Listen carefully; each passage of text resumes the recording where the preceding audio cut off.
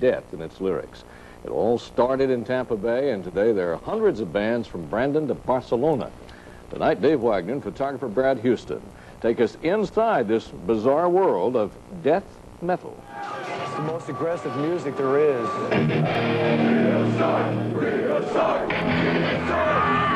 It's not love metal, it's death metal. You have to be sick to listen to it. For me, it's a sadistic attraction. And I love to sing about people dying. It pushes all the limits. I would say it's limitless. It's not pretty at all. If the singer barks and growls, it's death metal.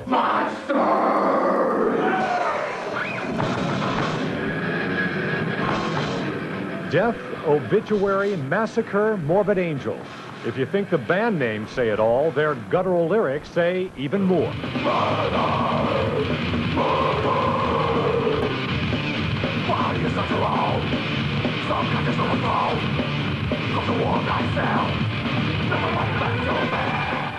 That's what's going on in this world. A lot of death and a lot of crazy ways of how people kill each other. All these crazy murderers and stuff. Death metal combines fact and fantasy, headlines and horror films, death, destruction, and defiance. One of my favorite lines is bone marrow twisted, white socket shattered, black flesh blistered, hungry maggots grow fatter.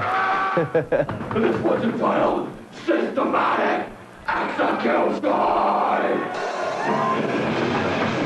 You may question why anyone actually listens to this, but there's no question about it.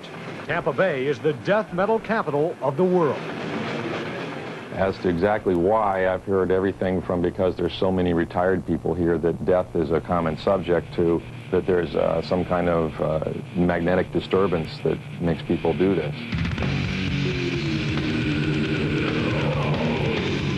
If there's a magnetic disturbance, it's causing band members and fans to spin their heads.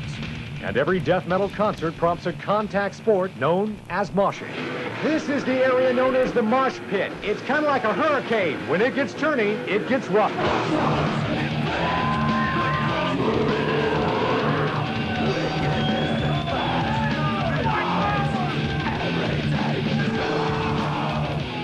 You stay still, you're trashed. You keep moving, you're fine.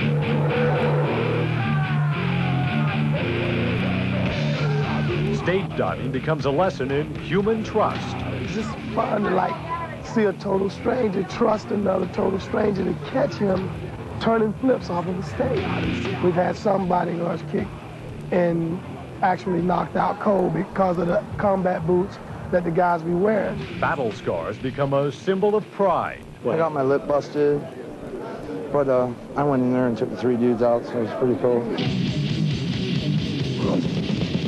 It may be a good time, but death metal reflects a dark side of life, and oftentimes a dark side of the band members' lives.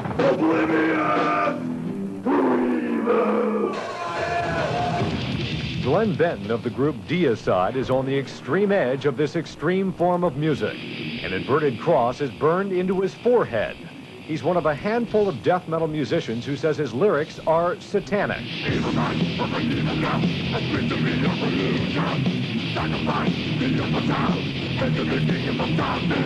I believe in the other Lord. I believe in the true God, the real God, not Jehovah. Is death metal demonic or simply defiance? Religion or rebellion? 2 questions that will continue to hound music long after the barking and growling ends. Dave Wagner, 10 News. If you have any doubts about the popularity of this, tune in tomorrow. Death metal has become a multi-million-dollar business. The 4 men who were